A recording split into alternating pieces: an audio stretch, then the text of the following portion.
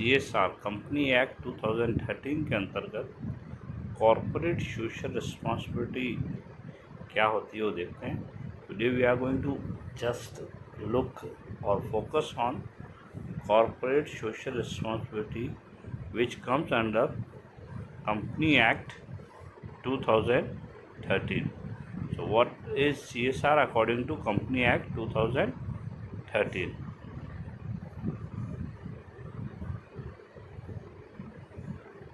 Company Act 2013 has formulated Section 135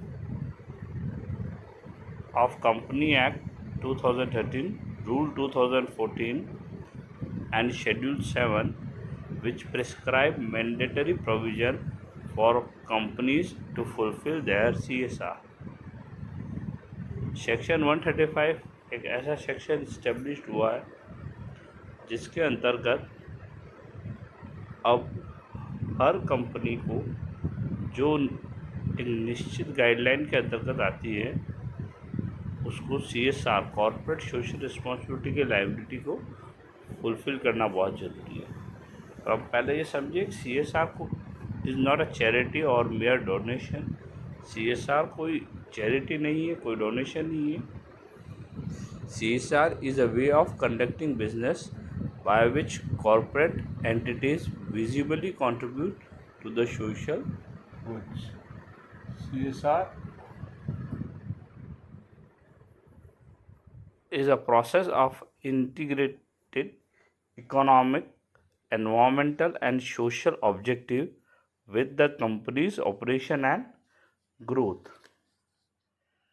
Corporate social responsibility is a self-regulating business model that helps company be socially accountable to itself, its stakeholder and the public. तो work CSR क्या है? Self regulating business model है जो कि जवाबदेता, accountability मतलब क्या हो गया, जवाबदेता निश्चित करती है खुद के लिए, स्टेक होल्डर के लिए एंड पब्लिक के लिए। तो CSR act 2013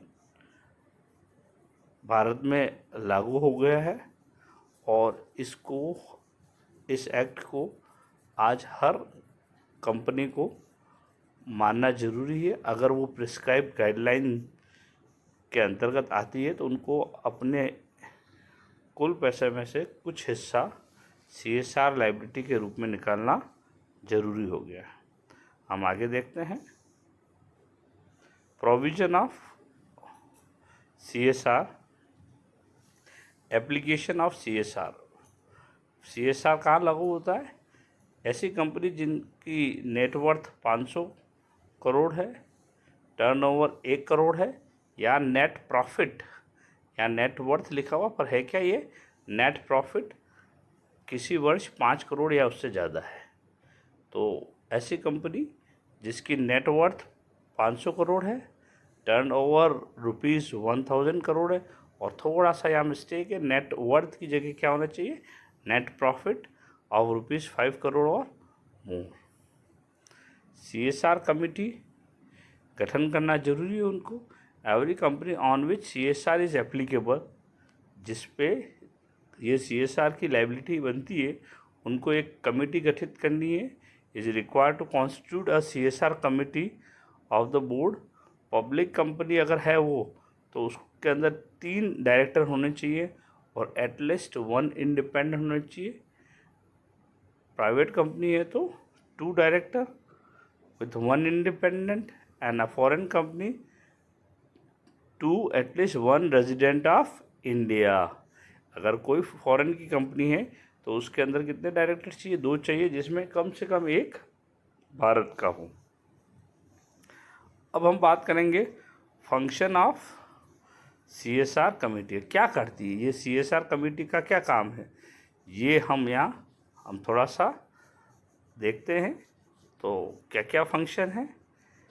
function of CSR committee, first formulate and recommend to the board a CSR policy which shall indicate the activity to be undertaken by the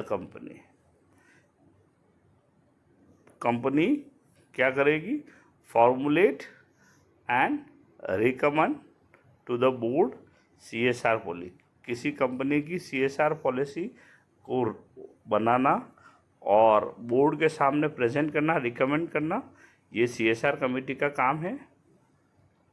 recommend the amount of expenditure to be incurred on activity refer to in clause A, कितना खर्चा आएगा किसी project को अगर वो करती है, जैसे सैनिटेशन का प्रोजेक्ट है, वाटर प्योरिफिकेशन का प्रोजेक्ट है, सोलर एनर्जी का प्रोजेक्ट है, तो इस प्रोजेक्ट को वो अगर कंपनी करती है तो उस पर कितना खर्चा आएगा, ये रिकमेंडेशन कंपनी को देने का काम इस कमेटी का है। Monitor the corporate social responsibility policy of the company from time to time, और तीसरा क्या काम है, कंपनी की कॉर्पोरेट सोशल रिस्पॉन्सिबिलिटी की जो नीति है, जो कंपनी ने कमेटी ने जो नीति बनाई है उसको मॉनिटर करना, टाइम टू टाइम ये देखना कि क्या वो अडॉप्ट की जा रही है या नहीं। तो ये कुछ कार्य है या कुछ प्रोविजंस है CSR सेक्शन 135 के अंतर्गत। अब बात करते हैं अपन responsibility of board of director.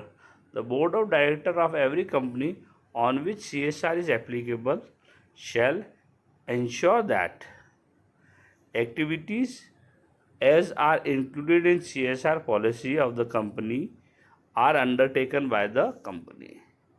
ये बोर्ड ये निश्चित करेगा कि जो CSR कमेटी ने जो सोशल रिस्पॉन्सिबिलिटी की एक्टिविटी है, सामाजिक उत्तरदायित्व के लिए जो जो रिस्पॉन्सिबिलिटी, इसका मतलब है जो जो प्रोजेक्ट बनाए हैं वो सही ढंग से चल रहे हैं या नहीं, उसको देखने का काम बोर्ड ऑफ डायरेक्टर करेगा। Shall disclose the composition of CSR committee in board report, ये किस क्षेत्र में काम कर रहा है, इसका क्या कंपोजिशन है, क्या इसकी पॉलिसीज़ है, इन सब को बोर्ड रिपोर्ट में, एनुअल रिपोर्ट बोर्ड की होती है उसमें मेंशन करना जरूरी होता है।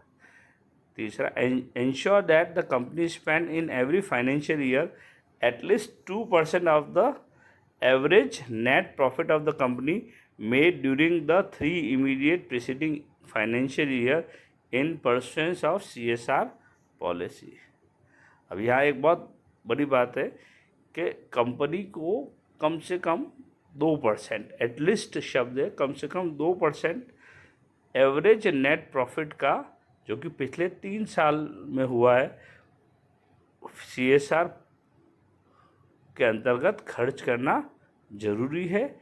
ये देखने का काम कौन करेगा, कंपनी करेगा। जैसे हम अगर उदाहरण ले, एक कंपनी ने 2019 में 20 करोड़ रुपए कमाए, 2018 में 10 करोड़ रुपए कमाए, 2017 में 15 करोड़ रुपए कमाए, तो उसकी टोटल अर्निंग होगी 45 crore. 45 crore divide by 3 that is 15 crore, and 15 crore का 2% वो CSR एक्टिविटी में खर्च करेगा। और अगर वो नहीं कर पाता है किसी कारण से, तो उसको वो कारण भी बताना होगा कि किस कारण से वो ये अमाउंट नहीं खर्च कर पाया। The CSR project program activity undertaken in India only shall amount to CSR activity.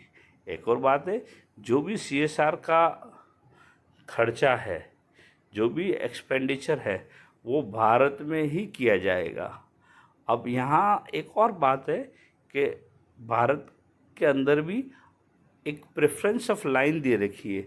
सबसे पहले लोकल एरिया जहाँ कंपनी ऑपरेट करती है उसको बेनिफिट दिया जाएगा, फिर उस ज़िले को बेनिफिट दिया जाएगा, फिर उस राज्य को बेनिफिट दिया जाएगा, और लास्ट में जाके भारत में कहीं भी अगर वो इस प्रोजेक्ट को कंडक्ट करना चाहता है तो उस पर ये डिपेंड करेगा, अमाउंट कितना बन रहा है उसके ऊपर डिपेंड करेगा।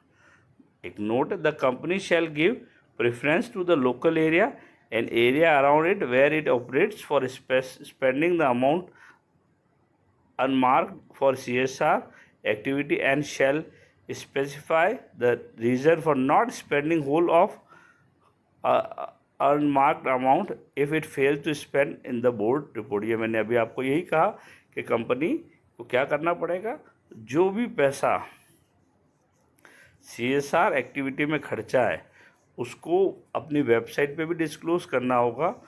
और अगर कोई खर्चा करने से चूक गई है या रह गया है या किसी कारण से ये खर्चा नहीं कर पाए हैं, तो उसको बताना होगा कि क्या ऐसा कारण रहा कि कंपनी ये खर्चा नहीं कर पाई। तो ये CSR है जो हमने पढ़ा। Good bye, take care. अच्छे से आप पढ़ना, एग्ज़ाम अच्छे से देना। Bye bye.